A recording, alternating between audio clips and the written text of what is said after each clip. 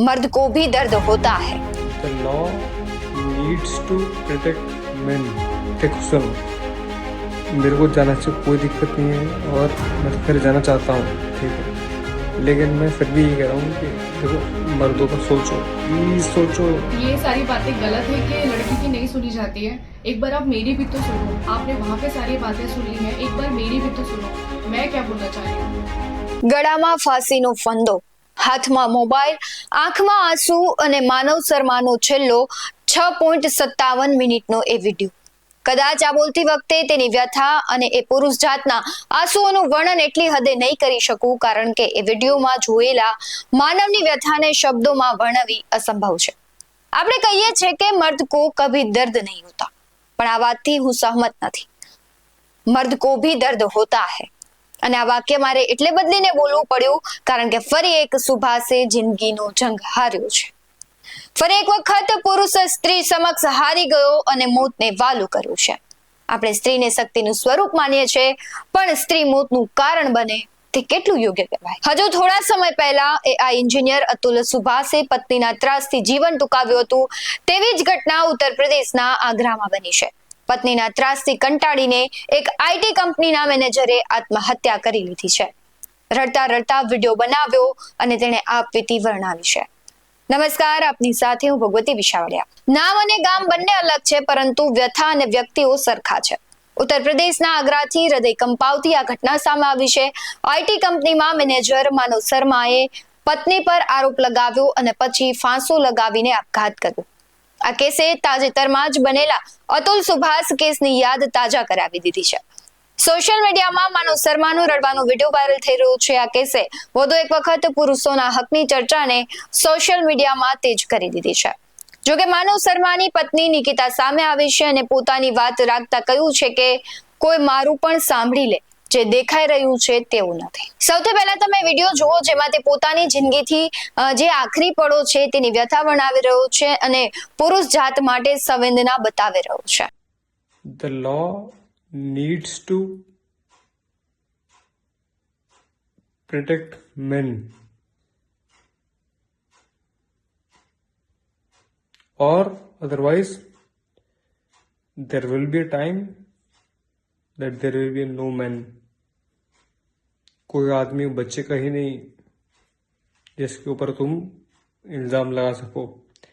कोई आदमी बच्चे का ही नहीं. So this is a hard time that you know, so-called judges. मैं अपना बता देता हूँ. मेरा ये है कि अरे भाई सेम, सबका सेम है, सबका सेम है, सबका सेम है. तो मेरा भी वही है कि जो मतलब मेरी वाइफ का मुझे पता चला कि सोती थी किसी के साथ, तो वो पता चला. बट चलो कोई बात नहीं. बट हाँ, प्लीज प्लीज, अरे देखो सुनो, मेरे को जाना से कोई दिक्कत नहीं है और मैं तो फिर जाना चाहता हूँ, ठीक है, लेकिन मैं फिर भी ये कह रहा हूँ कि देखो मर्दों का सोचो, प्लीज सोचो, प्लीज सोचो मर्दों का. अरे मर्दों के बारे में कोई तो बात करे.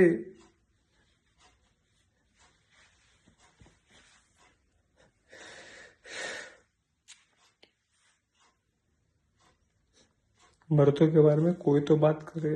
बेचारे बहुत अकेले हैं. पापा sorry, mummy sorry, Akku sorry. But guys please understand. देखो जैसे ही मैं चला जाऊंगा सब कुछ ठीक हो जाएगा. मेरे जाते ही सब कुछ ठीक हो जाएगा. तो मुझे जाने दो, ठीक है? मेरे जाते ही सब ठीक हो जाएगा गाइस. अच्छा, मैं फिगर आउट कर रहा हूँ कि कैसे मरते हैं, ठीक है? तो करता हूँ जो भी है. At the same time I would still like to request कि guys, please think about the men in your life. Think about them.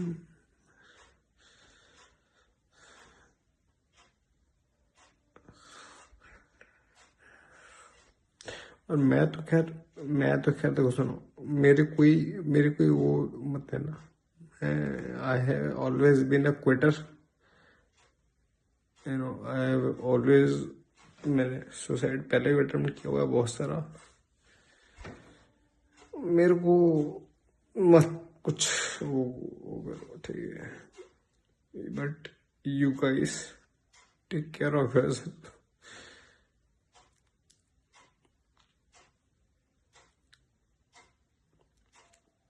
Guys, masturbate.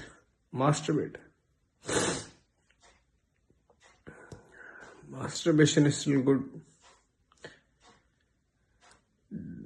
but don't you ever, you know,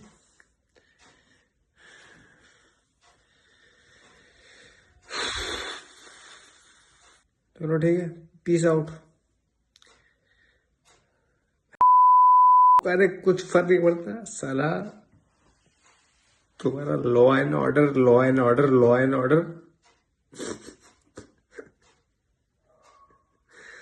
ढंग से करो यार, करना है तो ढंग से करो मैं. लेकिन नहीं, ठीक है, और तो नहीं तो फिर ठीक है, जाएंगे, कोई दिक्कत नहीं है.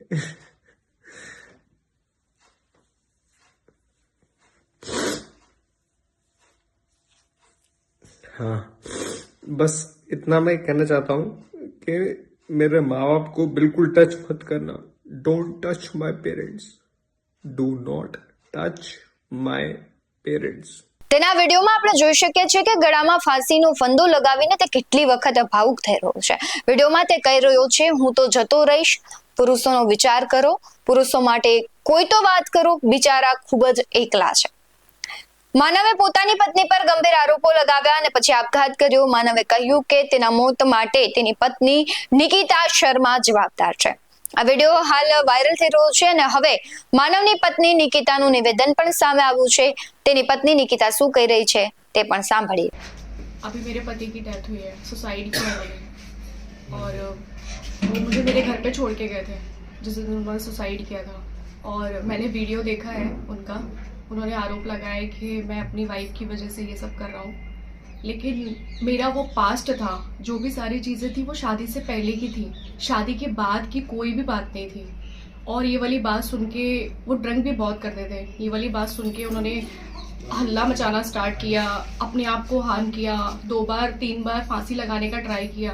मैंने 3 बार बचाया उनको, फांसी का फंदा काटा है उनका, बचा के मैं उनको आगरा लेके आई हूँ. और वो मेरे को खुशी खुशी घर पे छोड़ के गए हैं और उसी रात में उन्होंने वो सब कर लिया.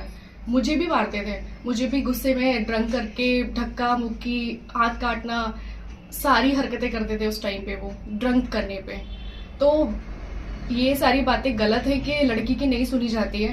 एक बार आप मेरी भी तो सुनो, आपने वहाँ पे सारी बातें सुन ली हैं, एक बार मेरी भी तो सुनो मैं क्या बोलना चाह रही हूँ.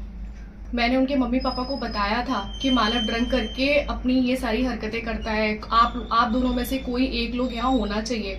उन्होंने बोला कि ये तुम पति पत्नी का मैटर है, इसमें तीसरा कोई कुछ नहीं कर सकता. वो लोग आए, 2 दिन रुके, उसके बाद वो लोग चले गए. उसके बाद भी मैंने उनको सारी बातें बताई.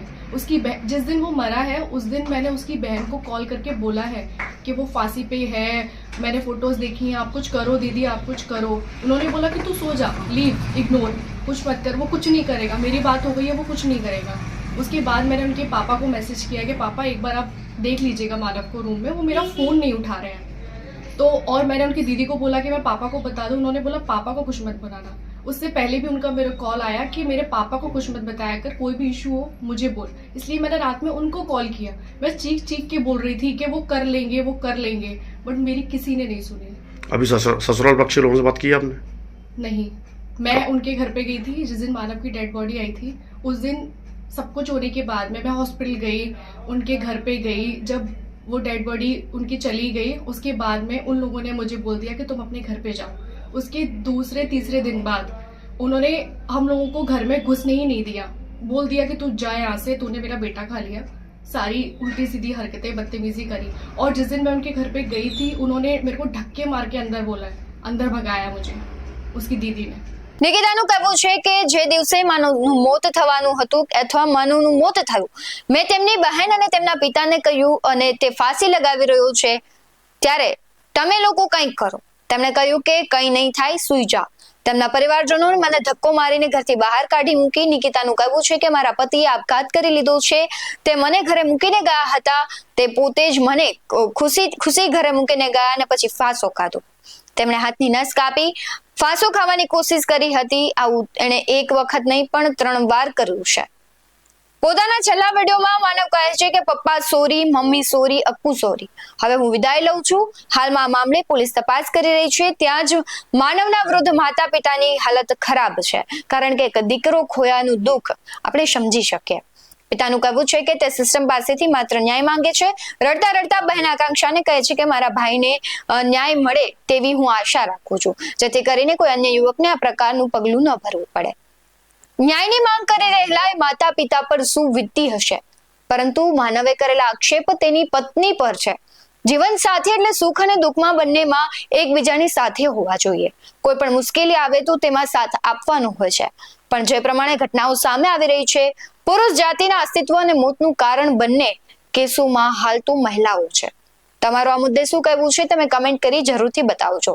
આવા જ વધુ અહેવાલો સાથે ફરી મળતા રહીશું. તમે અમારી યુટ્યુબ ચેનલને સબસ્ક્રાઇબ કરવાનું અને ફેસબુક અને ઇન્સ્ટાગ્રામ પર ફોલો કરવાનું ભૂલશો નહીં. બાકી નવી અપડેટ્સ મેળવવા માટે આપ જોતા રહો BS9 TV ન્યૂઝ. નમસ્કાર.